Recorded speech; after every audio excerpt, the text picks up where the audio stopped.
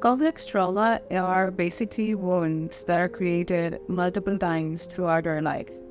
Sometimes when we are growing up, we have relational impacts on us, which are not in our control at that time. And what also tends to happen is natural events and different, environmental situations अगर वो हमारे साथ बार बार हमारी ज़िंदगी में होते हैं तो they do create a wound that is really deep. And so that is what is known as a complex trauma. This is one way where it differentiates from single event traumas is that wound that's created because of one event, there is a clear distinction between the beginning and the end of that event. So what that does is it gives us time to heal. However, in complex trauma, we have less and less space to heal from what is being either inflicted or experienced or perceived after that wound has been created. How do we know? How do we know if we have complex trauma? How do we know if we have single event trauma? So a few things I've mentioned earlier.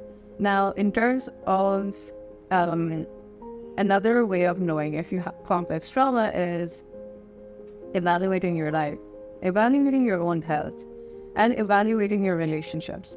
Are there any places that you notice, certain specific thoughts that are coming in repeatedly? Such as, for me, it is something like, I feel unvalued. For me in relationships, when I am feeling really down and really low, I'll notice for myself that I feel like, I don't belong here. And I think you could see right now I was looking down, so you can see how that's an active part of what I experience. So you know that has happened too. That is something that I've perceived and experienced multiple times. One of the ways that complex trauma symptoms do show up for us in our life can be, and this is one thing that I really wanted to highlight here, is our cognitions. Hमारी black and white thinking होती है. Sometimes we experience cognitive rigidity. Sometimes we experience inflexibility. And we experience parts of ourselves, that have certain opinions that we don't want to share with other people. We hide parts of ourselves.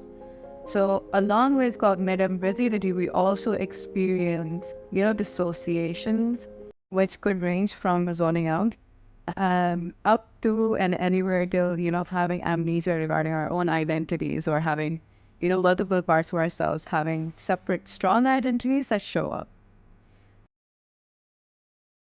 It feels like a lot of times that we're stuck, right? We feel like we're experiencing the same things, we're having the same relational patterns, and we're stuck in that pattern. However, that is not true. Because what our life history shows and quite literally proves to us is we've survived through all of that. And so whether we've learned to fight, whether we've learned to fight, or whether we've learned to freeze, we've either adapted or mitigated that stress through whatever was available in our immediate environment and within our own selves. And so the more that we adapt, then the more that we're aware of our ability to adapt, the more we become aware of the fact that we can choose to change. And so every time you notice your own willingness, that willingness is just your seed towards healing.